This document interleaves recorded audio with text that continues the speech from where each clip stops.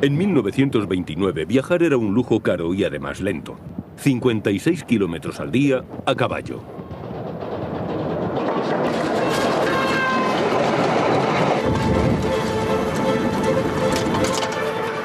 Pero entonces hizo su aparición la Rocket de Stephenson. A 56 kilómetros por hora era el artilugio más veloz sobre la faz de la Tierra. En la Gran Bretaña georgiana aquello equivalía a romper la barrera del sonido.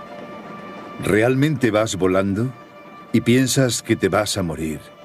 ¿Que se puede producir un accidente?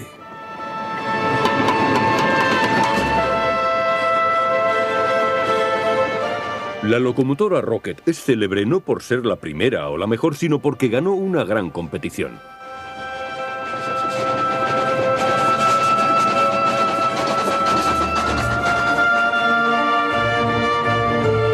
Se estaba construyendo la primera línea férrea entre dos ciudades, Liverpool y Manchester, y aquella competición descubriría cuál era la locomotora más veloz que había en el mercado. Miles de personas se acercaron a ver aquellas magníficas máquinas. Las apuestas eran altas. Estaban en juego 500 libras esterlinas y un lugar en la historia del ferrocarril. Ganó la locomotora Rocket, pero solo gracias a sus adversarias. Ninguna de sus rivales completó la prueba debido a fallos mecánicos, y se trataba de una prueba única. Fue mala suerte, en opinión de la compañía ferroviaria. Para otros, la prueba estaba amañada. Se habló de competición desleal, derechos adquiridos y de conspiración.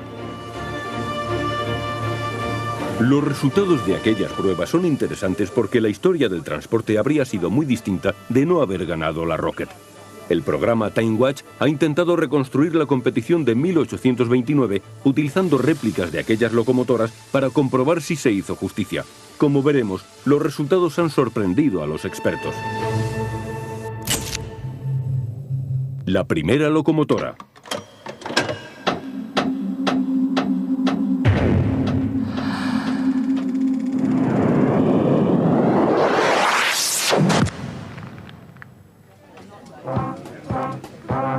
Ladies and gentlemen, it gives me the very greatest pleasure to say that the Rainhill trials of 2002 are now formally open. La más directa de las dos rivales de la Rocket era una locomotora llamada Novelty. Vista hoy se parece un poco a una máquina de vapor, pero para los espectadores de 1829 era un artefacto elegante y mágico, no más raro que cualquier otro. El principal periódico especializado en ingeniería del momento estaba convencido de que sería la ganadora de la prueba. La Novelty es el tipo de máquina que mejor puede adaptarse a los fines del ferrocarril. Sus creadores eran el sueco John Ericsson y su colega británico John Brightwhite. Ambos se habían enterado de la competición por casualidad. Con poco tiempo para completar el prototipo y menos aún para probarlo, era casi de esperar que alguna pieza fallara. Pero dado que tenemos ahora una segunda oportunidad, nos encantaría dar un vuelco a la historia. Muchísimas gracias. La otra rival era la Sans-Pareil, una locomotora grande y potente. Tuvo un excelente arranque en la prueba, alcanzando incluso más velocidad que la Rocket a lo largo de varios kilómetros. Creemos que la Sans-Pareil es una locomotora al menos tan buena como la Rocket. Tras los fallos sufridos, su creador Timothy Harwood quedó consternado y culpó a Stephenson por la pieza defectuosa, provocando así su hundimiento. Gracias. Timothy Harwood vino desde Solden con probablemente la única competidora seria de la prueba. Gracias. La Rocket es todo un icono en la revolución industrial y a George Stephenson se le considera el padre del ferrocarril moderno. Todo comenzó con las llamadas pruebas de Rainhill, aunque Stephenson quizá contó con una ventaja no muy transparente con respecto a sus rivales. Trabajaba para la compañía de ferrocarril y además era el dueño de la fábrica de donde salió la Rocket. Si la Rocket no gana, perderemos nuestros puestos de trabajo. Muchas gracias. Solo 3 locomotoras participaron en las pruebas de Rainhill, aunque los organizadores habían recibido muchas otras solicitudes. Gas hidrógeno y vapor de alta presión, columnas de agua y columnas de mercurio, 100 atmósferas y un vacío perfecto, máquinas que giran en círculos sin fuego ni vapor. Uno de los proyectos más extravagantes era un artefacto real y fue presentado en Rainhill. Lo que ocurrió en 1829 fue que todos se carcajearon pese a que su creador se tomó todo aquello muy en serio. Rompió todas las reglas de la competición. El único vapor era el que salía de los orificios nasales del caballo.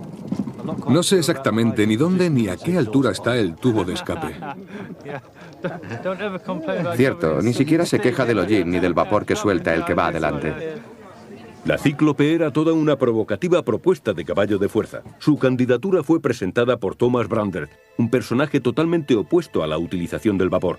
Logró alcanzar 8 kilómetros por hora con 50 personas a bordo. Ni que decir tiene que su descalificación fue inmediata. Los que habían apostado por los caballos de fuerza ya habían perdido la partida. Gran Bretaña necesitaba una revolución en los medios de transporte debido a una pequeña planta, el algodón.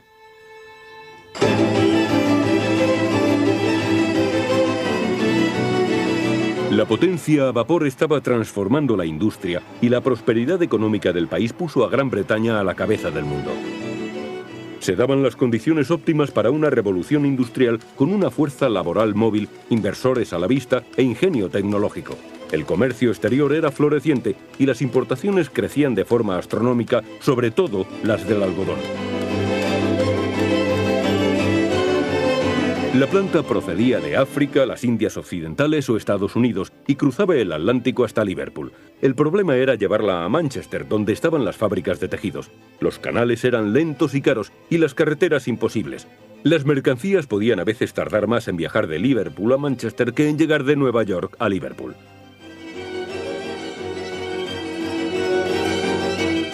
La economía británica había crecido más que su infraestructura. Mercaderes, comerciantes e inversores necesitaban viajar, pero el transporte era caro, lento e incómodo.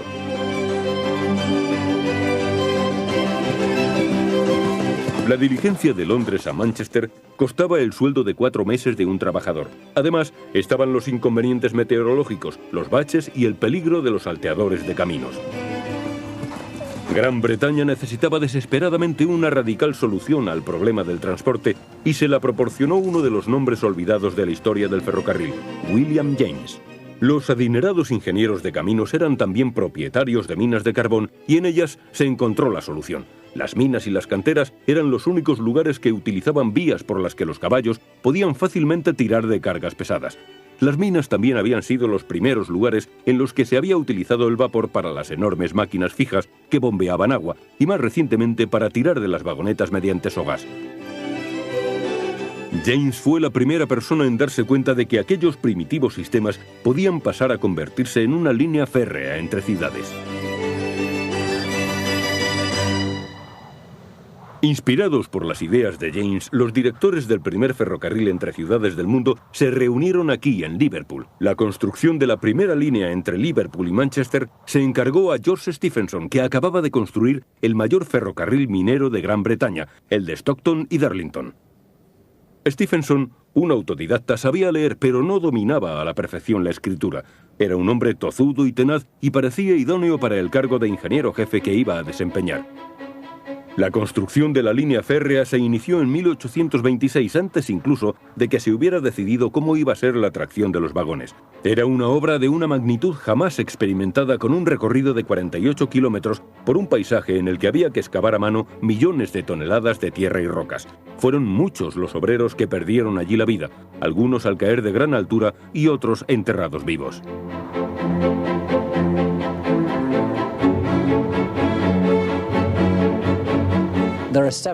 Hay varios ejemplos espectaculares de ingeniería civil a lo largo de la línea férrea, como la zanja del Monte Olive. Al bajar desde Edge Hill hasta Liverpool se observan a ambos lados de la vía las marcas de los cinceles. Es sorprendente lo que hicieron. Los obstáculos eran sobrecogedores. 4 larguísimos túneles, 63 puentes, 20 kilómetros de zanjas y montículos y el primer viaducto de ferrocarril del mundo, con sus gigantescos 9 arcos a ambos lados del Valle de Sankey. Pero sobre todo, la mayor de todas las proezas, un terraplén de 8 kilómetros en la cenagosa turbera de Chatmos. Los obreros tuvieron que colgar planchas de madera bajo sus pies para no correr peligro de hundimiento o ahogarse. George Stephenson era un hombre muy tozudo. Siempre tenía una respuesta afirmativa, pero quería conocer todos los detalles. Decidió colocar todas las planchas de madera en la turbera para cerciorarse de que las vías no cederían. Al ver pasar el tren se observaba que los raíles se desviaban unos 10 o 12 centímetros, de modo que era como si todo el convoy flotase, tal y como Stephenson había imaginado. Corría el año 1829 y la junta directiva todavía no había decidido la forma de tracción de los vagones. George Stephenson insistió mucho en la utilización de locomotoras de vapor, pero aquellas máquinas eran todavía poco fiables entonces.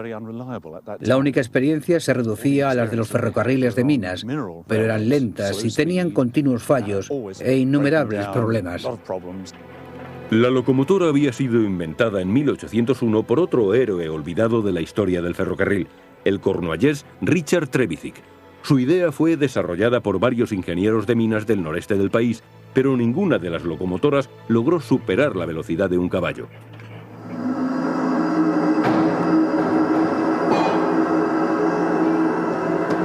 Este es el mayor logro de George Stephenson hasta entonces, la máquina Locomotion que tiraba de vagonetas de carbón en la zona de Tanside a una media de 8 kilómetros por hora. Stephenson era un apasionado de las locomotoras, pero en aquellos tiempos todavía no se había dado con un diseño rápido y fiable. Las locomotoras sufrían muchas averías y explosiones. Stephenson y su hijo Robert estaban seguros de poder convertir su modelo en el tipo de locomotora que el primer ferrocarril del mundo estaba necesitando, pero no había tiempo que perder. Los directores del ferrocarril de Liverpool y Manchester arriesgaban indudablemente mucho dinero y necesitaban estar seguros de que sus fondos estaban siendo bien invertidos. Así pues, pese a la rotundidad que Stephenson mostraba, buscaban otras alternativas. Una de ellas estaba aquí, aunque resulte casi impensable en nuestros días. Se trataba de las enormes máquinas fijas como las utilizadas en las minas y en las fábricas de textil. 30 de ellas, una a cada kilómetro y medio a lo largo de la línea férrea, tiraban de los trenes mediante sogas. 6 meses antes de las pruebas de Rainhill, los directores del ferrocarril ya casi habían decidido implementar el plan. Consideradas todas las circunstancias, creemos que sería muy recomendable adoptar el sistema de máquinas fijas para el ferrocarril de Manchester y Liverpool.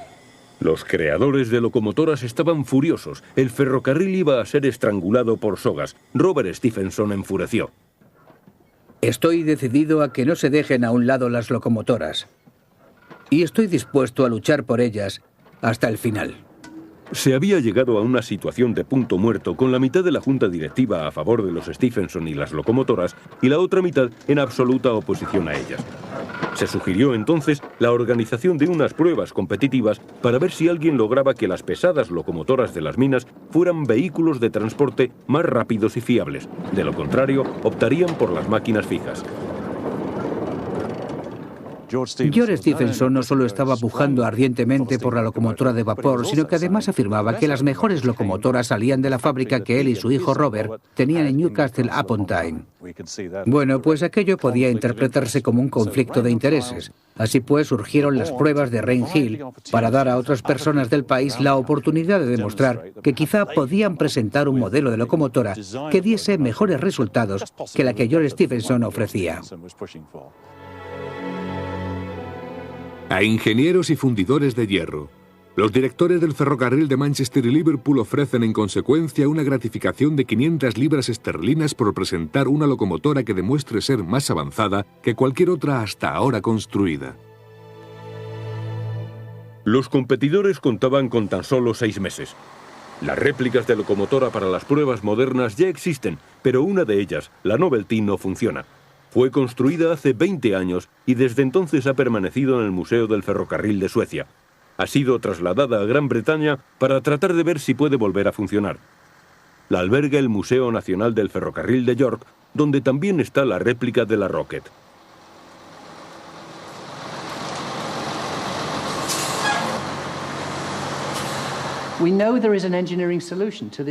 Sabemos que hay una solución técnica al problema, porque ya ocurrió en 1829. Pero no creo que sea con una aleación de aluminio y oro.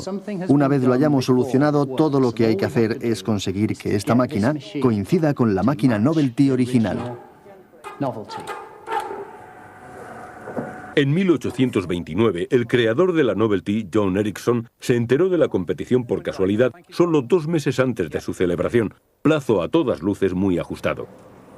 Tenemos que hacer reparaciones en la caldera. Hay mucho trabajo por delante, muchas pruebas, pero en cierto sentido no viene mal, porque con la pieza original, con la Novelty auténtica, solo tuvieron 7 semanas para ensamblarla y se hizo a partir de los bocetos, de modo que no puedo menos que manifestar mi admiración por aquel hombre, por Ericsson, ya que comprendo los tremendos problemas a los que tuvo que enfrentarse.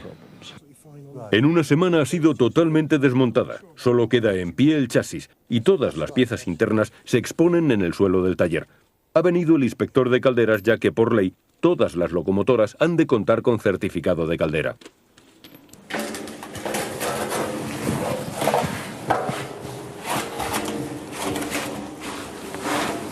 El certificado de caldera es lo mismo que el de la revisión técnica de los coches.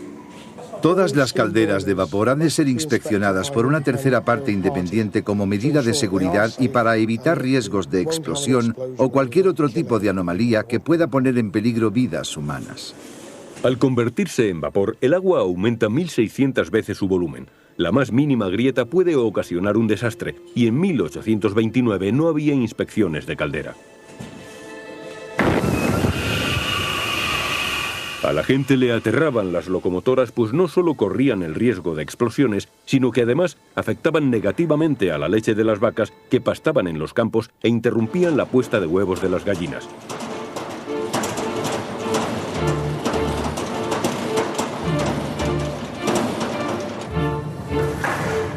Tras 5 semanas de intenso trabajo, Novelty está ya lista para la prueba.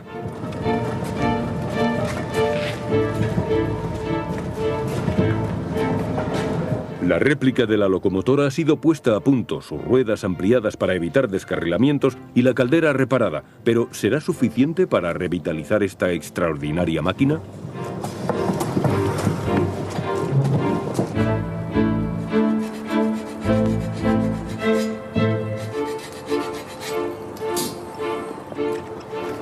¿Sale humo ya?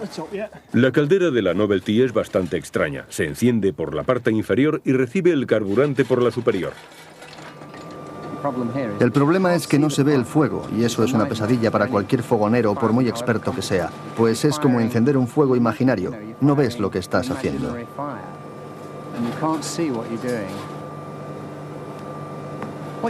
Se necesitaría una cámara de televisión y un monitor para ver las características del fuego. De esta forma, todo sería mucho más sencillo. El fuego prendió bien y la presión empezó a aumentar hasta alcanzar la mágica cifra de 22 kilos por 2 centímetros cuadrados. Pero a continuación se presentó otro problema, una fuga. Las calderas tradicionales absorben bien cuando se calientan, pero esta no es precisamente una caldera como las demás, de modo que a veces hace cosas raras. No funciona como las demás. De hecho, hay muy pocas parecidas a esta en servicio y definitivamente ninguna exactamente idéntica. Y ahí está el problema. Lo más preocupante es, como ocurre ahora, cuando sube la presión. Reparar calderas de locomotoras a vapor es algo corriente, pero complicado a la vez. ¿No crees? Por supuesto. Pero lo importante es hacerlo todo con dedicación y esmero. Entonces, ¿qué presión tenemos? Ha llegado a 48. Muy bien, sin problemas. Y ahora lo siguiente es la fuga.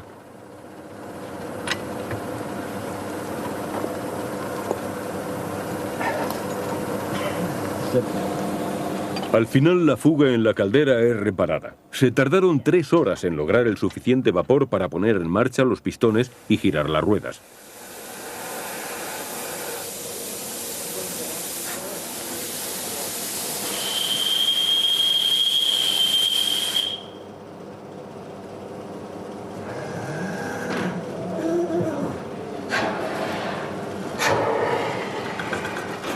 Hace casi 200 años que los ferrocarriles británicos no ven algo así.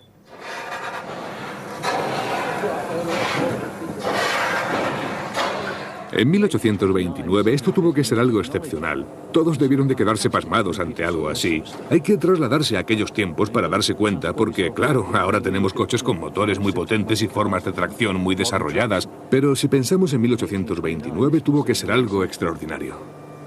Creo que podría ir más deprisa. En su día lo logró, ¿no? Alcanzó los 30 kilómetros, que no era poco. Va muy suelta y en línea recta. No lleva peso ni tender y sin embargo la Rocket tiene que arrastrar 3 toneladas de tender. Creo que podría ir más rápida que Rocket.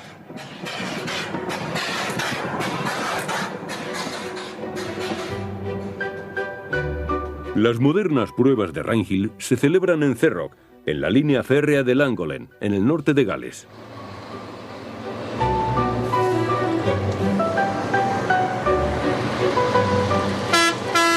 Las réplicas llegaron hasta aquí por carretera, algo totalmente impensable en la Gran Bretaña victoriana, porque las carreteras entonces eran pésimas, peores que en la época romana. El plan originario de Stephenson había sido llevar en barco la locomotora Rocket desde Newcastle, bordeando el extremo septentrional de Escocia hasta Liverpool. Pero azares del destino, el barco se había hundido en el Mar del Norte antes de llegar al puerto de embarque. En aquellos tiempos, las locomotoras tuvieron que ser desmontadas para su transporte y posteriormente vueltas a montar en Rainhill para estar listas el día de las pruebas, que se celebraron el 6 de octubre de 1829. Nada más llegar a Llangollen se celebra una reunión preparatoria entre los jueces y los diferentes equipos. Hay 2 objetivos. Uno es tratar de conseguir lo que no se logró en 1829. En aquella ocasión ganó la Rocket, pero fue porque las otras 2 rivales no consiguieron finalizar la prueba. Ese es entonces el primer objetivo. El segundo es, en definitiva, pasar un buen rato, divertirnos.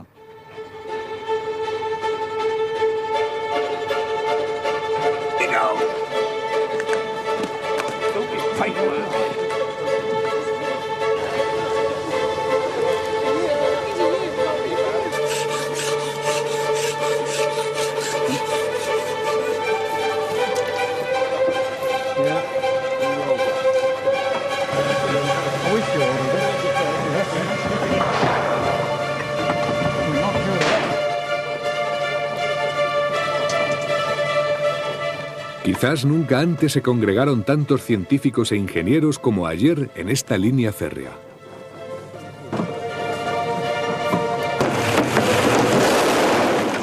La importancia y el interés del experimento que se va a llevar a cabo ha llamado la atención de personajes de todo el Reino Unido que han querido estar presentes en la prueba de locomotoras. Uno de los científicos que asiste a las pruebas es Robert Shaw, director del Museo del Ferrocarril de Suecia. Ha venido a ver cómo recobra vida la pieza que se exhibe en su museo. Encantado de ver de nuevo esta máquina aquí. Y además a todo vapor. Por supuesto. Hola. Discúlpenos por no hablar sueco. No hay de qué. También están los descendientes de John Braithwaite, parte del equipo responsable de la Novelty, que han traído unos recuerdos de la época. Son de 1829 y se hicieron para venderlas a los turistas y a los asistentes a las pruebas de Rainhill. Son recuerdos de aquel memorable día que ahora volvemos a vivir aquí. Maravilloso.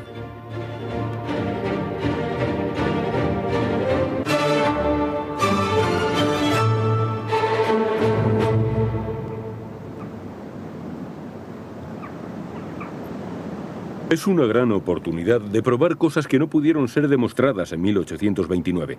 A diferencia de las otras 2 locomotoras, la Sanspareil no hizo un ensayo previo de su velocidad ante la concurrencia, de modo que los jueces de hoy deciden poner a prueba su réplica.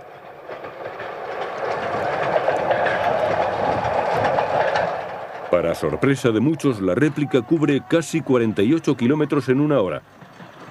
Si Sanspareil hubiera alcanzado tal velocidad en 1829, los Stephenson habrían estado más de una noche sin dormir.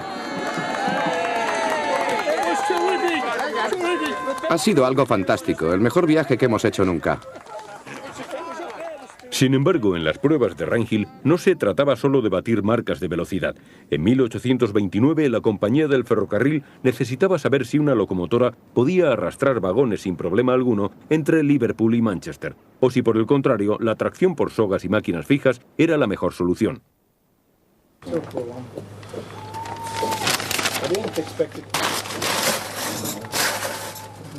Son las 5:30 de la mañana del primer día de las pruebas modernas y todo el equipo de la réplica de la Novelty se prepara para tratar de cambiar la historia.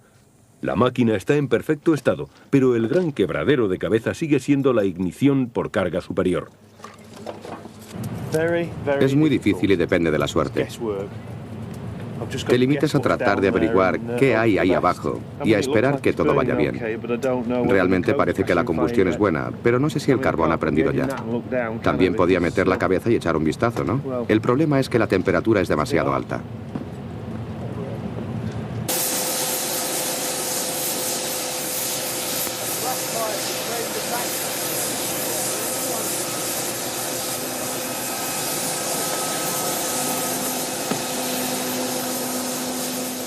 Las pruebas están organizadas siguiendo las pautas de las de 1829.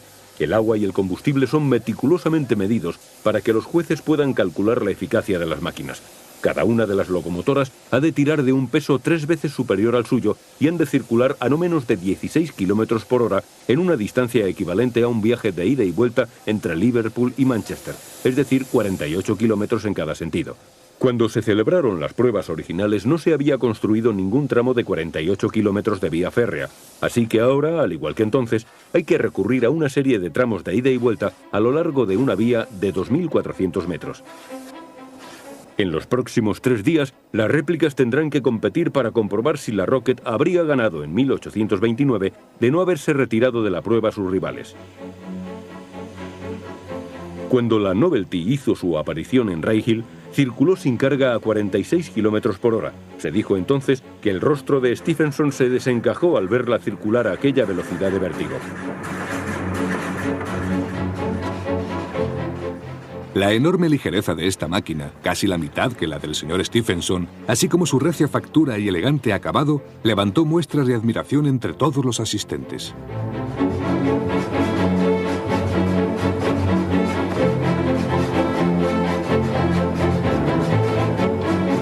Es sin lugar a dudas nuestra mejor actuación. Ha hecho un arranque increíble. Muy bien. Magnífico.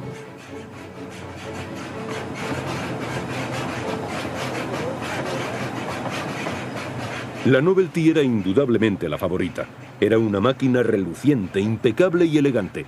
Nada que ver con las pesadas locomotoras de los ferrocarriles de minas de Hadworth y Stephenson. Quienes apostaban por ella pensaban que podía ser el modelo a adoptar por los nuevos ferrocarriles. Imaginaban que podría arrastrar diversos tipos de pequeños vagones especialmente adaptados, incluso carruajes privados, al igual que el servicio de transporte de automóviles que hoy ofrecen muchas compañías.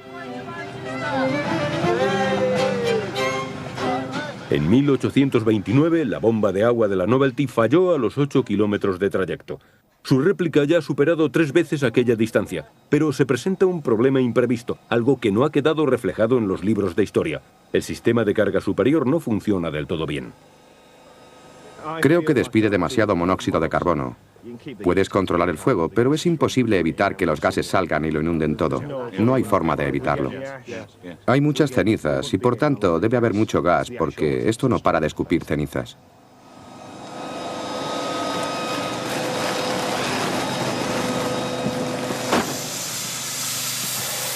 El equipo no tarda en recuperarse y está de nuevo listo para continuar el viaje. Los hombres de la Rocket no pierden de vista a su rival.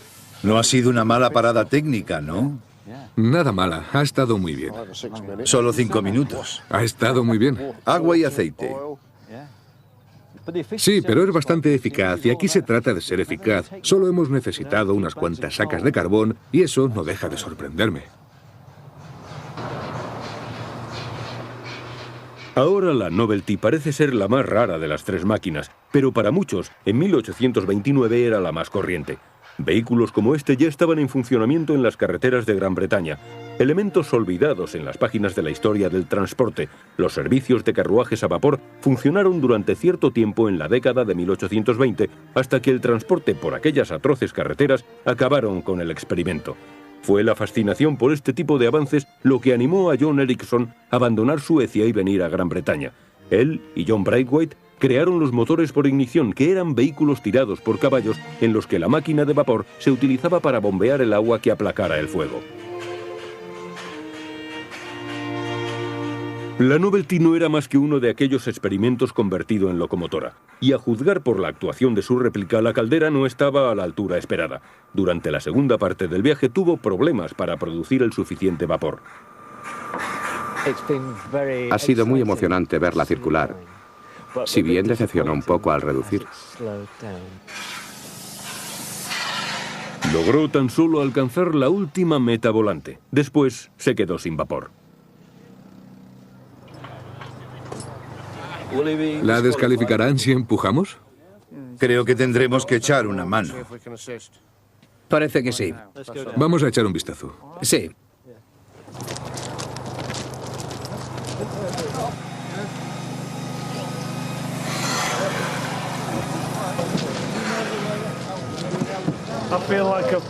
Es como si hubiese estado empujando todo el día. Ha sido bastante duro y he aspirado mucho humo. Apenas puedo abrir los ojos y me cuesta respirar, pero supongo que no me voy a morir.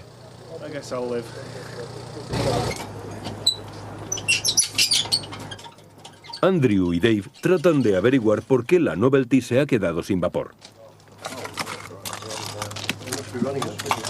Es escoria, ceniza que se solidifica y sofoca el fuego si no se retira. Por eso se apagó el fuego. El diseño de la Novelty no permitía la retirada de ceniza durante el trayecto. Ya no podemos volver a poner la rejilla porque todo está incandescente. 2 horas de espera, ¿no? Y no se puede sofocar. Quizá también hacer una parada ahora que estamos en la estación. Las circunstancias obligan a seguir. Creo que hemos demostrado de una vez por todas por qué había solo 3 máquinas de un tipo y unas 10 de otro tipo y por qué todas las demás se parecían a la Rocket. Cierto, creo que tienes toda la razón.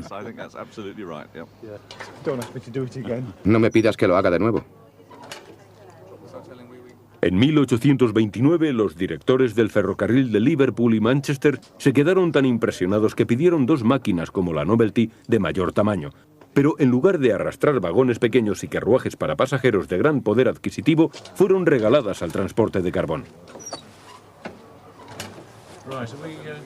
Ahora los jueces ya pueden empezar a analizar los resultados. Los primeros indicios muestran que la Novelty resultó ser altamente eficaz con un consumo mínimo de carbón, aunque en general su actuación se vio ensombrecida por el peculiar diseño de su caldera. 32-35. 32.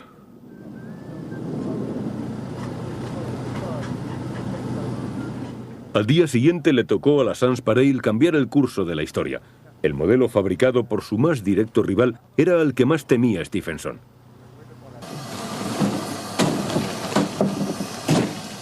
Es la más pesada de las 3 locomotoras, de modo que será la que tenga que arrastrar la carga más pesada. ¿Cuántas sacas van? 3, 4 o 5. En 1829, el consumo de fuel de la Saint Pareil fue enorme, 4 veces superior al de la Rocket. Timothy Hadworth dijo que era culpa del mal funcionamiento de la máquina y que no reflejaba la eficacia real de la locomotora. Ahora se presenta una nueva oportunidad de demostrar si tenía o no razón. Trae todas. La Sans Pareil superó la Rocket el primer día de las pruebas y es nuestra intención que siga así. Buena suerte, chicos. Que Dios os dé velocidad. Gracias a todos. Ya hemos demostrado fiabilidad, velocidad y también cierta economía. Hemos puesto a punto la máquina y estamos dispuestos a ganar.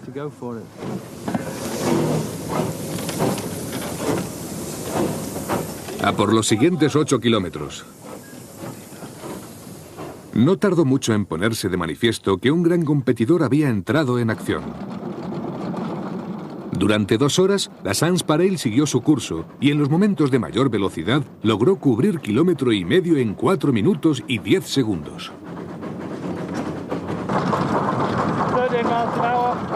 ...61 kilómetros por hora. 16 kilos en la caldera. Todo va sobre ruedas.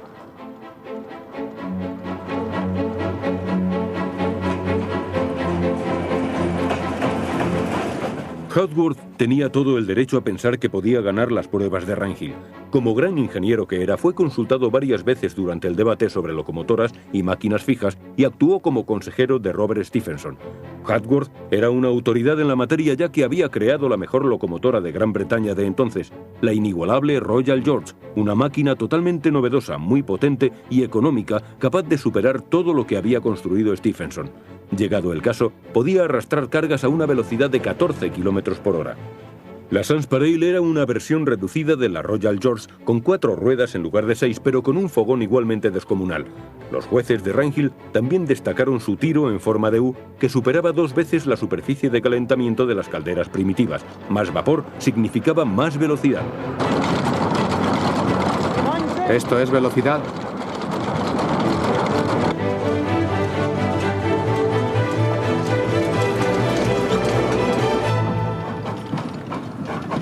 Han superado a la Sanspareil original y no se ha producido ningún contratiempo. Jane Hadworth Young ha venido a celebrar el éxito de la locomotora de su tatarabuelo.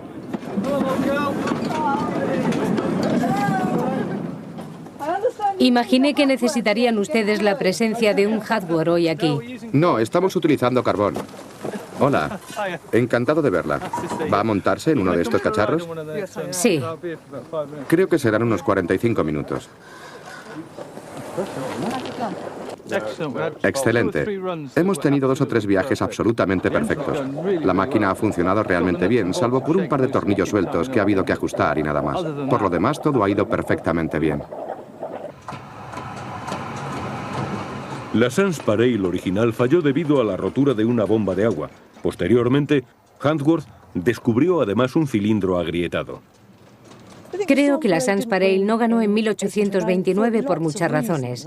Realmente tuvo bastante suerte considerando que era una máquina que había sido construida por un solo hombre, fundamentalmente de noche a la luz de una vela. Aún así, logró perfeccionar algunas piezas como la válvula de seguridad y otros componentes, pero habría sido mejor que los cilindros se hubieran calibrado en otro lugar. La competición parecía favorecer a los Stephenson. Hadworth tuvo que arriesgar su tiempo y su dinero mientras que los Stephenson contaban con su propia fábrica de locomotoras. Hadworth trabajaba para un ferrocarril de mina, de modo que tuvo que construir la locomotora en sus ratos libres. Fue toda una audaz aventura para un hombre con unos ingresos modestos y 7 hijos. Parecía evidente que los Stephenson sabían exactamente lo que Hadworth se traía entre manos. En varias ocasiones, Robert hace alusión al diseño de la Sanspareil e incluso llegó a incluir en una carta un boceto de la caldera. El destinatario era Henry Booth, el tercer hombre que firmó la solicitud de entrada de la Rocket y que compartió el premio con los Stephenson. Era además director de la compañía del ferrocarril y el encargado de organizar la competición. Para Hadworth no fue una competición limpia. Posteriormente, escribiría en tono amargo una carta a la Junta del Ferrocarril de Manchester y Liverpool. Me siento herido por ciertas declaraciones verbales y escritas. Baste decir que ni en su construcción ni en su diseño la máquina era deficiente, pero las circunstancias me obligaron a confiar en otros y, lamentándolo mucho, creo que fue un error. Confió plenamente en los Stephenson, cuya empresa fue la suministradora del cilindro defectuoso. Después de las pruebas de Rainhill, Hadworth montó su propio negocio para no tener que confiar sus proyectos a terceros. Creo que ya hemos demostrado que la Sanspareil merecía una mejor valoración que la que recibió en 1829, y ahora ya podemos decir algo a los detractores de la Hadworth, ¿verdad? Hermoso paisaje y espléndido día. 8 oeste y regreso a 15, 20, 27. Son 15, 58. Los primeros cálculos muestran que el consumo de carburante era muy inferior al de 1829. Dadas las condiciones adecuadas, la Sanspareil no resultó ser tan ineficaz como lo había parecido en las pruebas de Rainhill originales. La máquina logró una media de 22 km por hora, de modo que posiblemente la Rocket hubiera perdido la competición.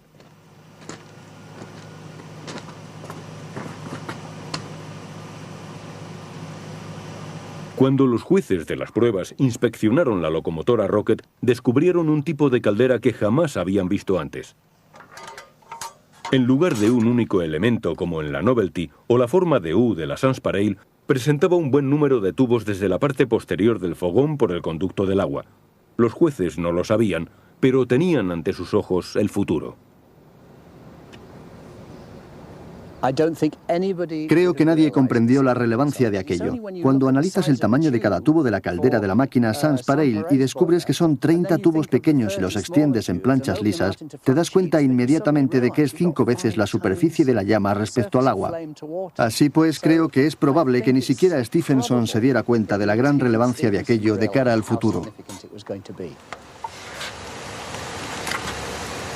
Las llamas son absorbidas vigorosamente en grandes bocanadas. Fue el gran avance que el diseño de locomotoras necesitaba para una producción de vapor y velocidad fiables.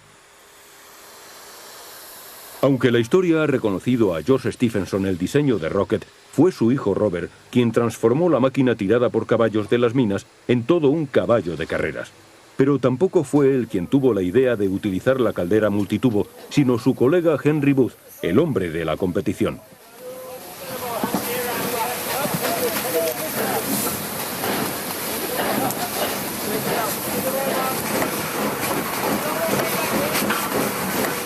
Robert Stephenson introdujo muchas otras mejoras en el diseño.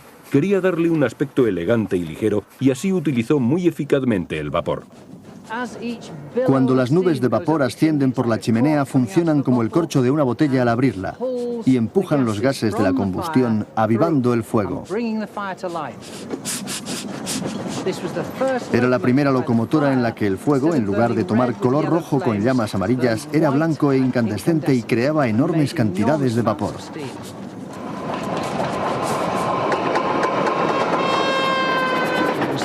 Fue como la llegada a la luna de aquellos tiempos.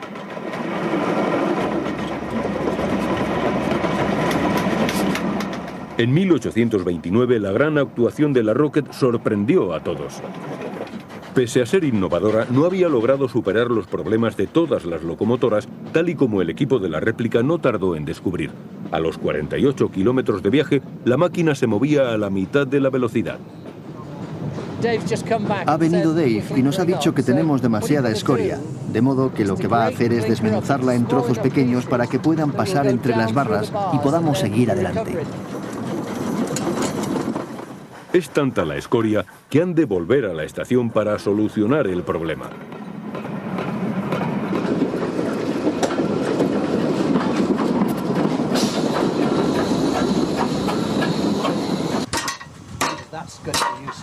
Va a ser inútil. Sí. Voy a bombear desde abajo, ¿de acuerdo? Bien. A diferencia de sus rivales, se puede acceder a la rejilla de la Rocket sin perder combustión. Pero incluso así es difícil manejar la escoria. Está dura, no puedo. Hay que bajar hasta esta máquina de aquí. Agárrala. Bien.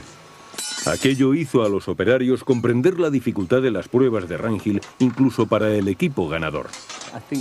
Fuimos un tanto presuntuosos al comienzo de la octava prueba, antes de que las cosas empezaran a ir mal. Sentí una responsabilidad histórica cuando trabajábamos debajo de la máquina, empapados en sudor, e imaginando que en su día también aquellos operarios se tuvieron que enfrentar a las mismas dificultades. Era el mismo esfuerzo que el de aquellos hombres, pero no éramos conscientes de ello. En absoluto fue una conclusión prevista.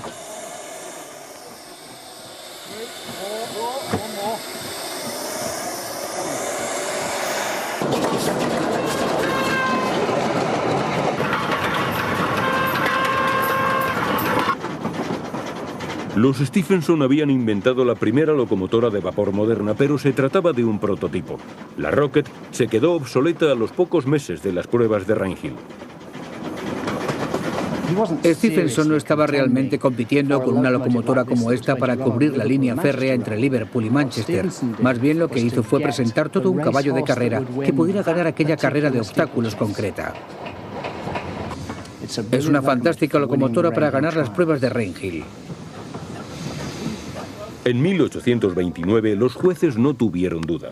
Por unanimidad consideramos que la máquina del señor Stephenson ha satisfecho las condiciones estipuladas y que, por tanto, es la mayor de las que han participado en estas pruebas experimentales celebradas en Rangel.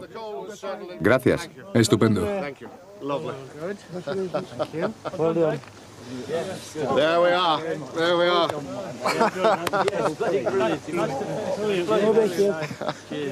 Half a glass of water, 40 pounds of steam. Al finalizar las modernas pruebas de Reinhill, los jueces analizan los datos obtenidos. Las réplicas de locomotora presentan ciertas modificaciones que han sido tomadas en consideración en los cálculos finales. Creo que las pruebas han sido extremadamente útiles y que contamos ahora con más datos acerca de lo que realmente ocurrió en 1829 que la que teníamos a partir de los informes redactados entonces. A partir de los nuevos datos se sacaron unas conclusiones que todos estaban deseosos de conocer. Se trataba de saber cómo había sido la actuación de las rivales de la Rocket en el trayecto marcado. Los resultados fueron sorprendentes. La Sanspareil alcanzó la misma velocidad media que la locomotora Rocket original. Por su parte, la Novelty resultó ser demasiado lenta para poder clasificarse, de modo que nunca podría haber ganado las pruebas de Reinhill. Sin embargo, demostró gran eficacia. Con respecto al consumo de carburante, los resultados de la Sanspareil fueron muy parecidos a los de la Rocket. Eso significa que si la Sanspareil hubiera cubierto todo el trayecto en 1829, quizá habría ganado.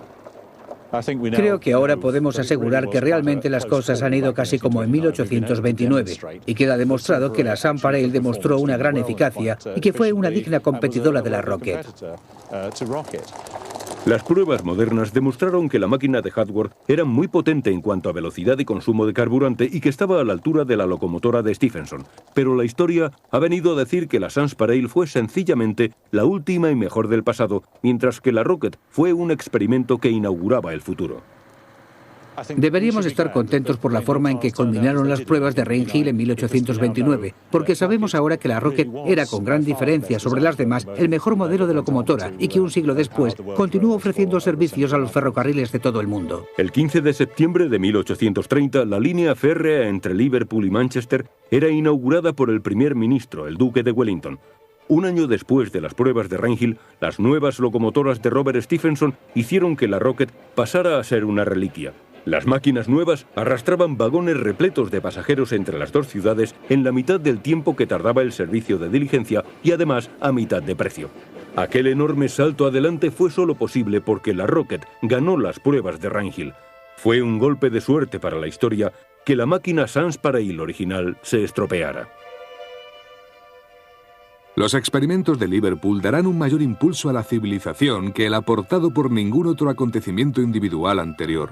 Se puede decir que proporcionaron alas a la humanidad. Y no es exagerado afirmar que la incorporación de vagones de vapor en los ferrocarriles nos sitúa en el inicio de una nueva era. Es toda una revolución social con efectos a largo plazo totalmente inconcebibles.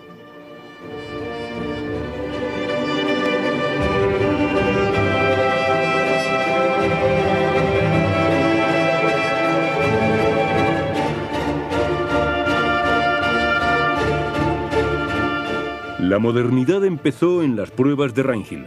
Sin la Rocket, nuestro mundo sería poco menos que inimaginable. Este pequeño animal que lanza bufidos y que casi invita a la ternura fue a continuación acoplado a nuestro vagón. Resulta difícil imaginar lo extraño que resultaba viajar así, sin aparentemente nada que impulsar el avance del convoy, salvo aquella mágica locomotora lanzando un aliento blanco y marcando un ritmo variable. Era una sensación de ir volando, deliciosa y extraña a la vez, casi indescriptible. Sin embargo, me sentía totalmente segura y no experimenté miedo alguno.